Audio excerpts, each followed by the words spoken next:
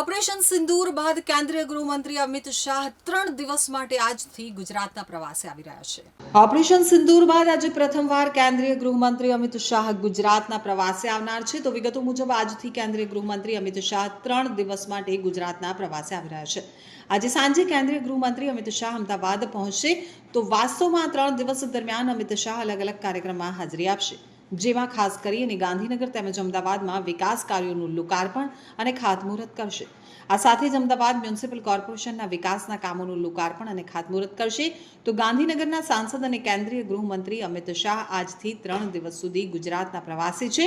આજે સાંજે અમિત શાહ અમદાવાદ આવશે, જ્યાં તેઓ અમદાવાદ મ્યુનિસિપલ કોર્પોરેશનના વિકાસના કામોનું લોકાર્પણ અને ખાતમુહૂર્ત કરશે।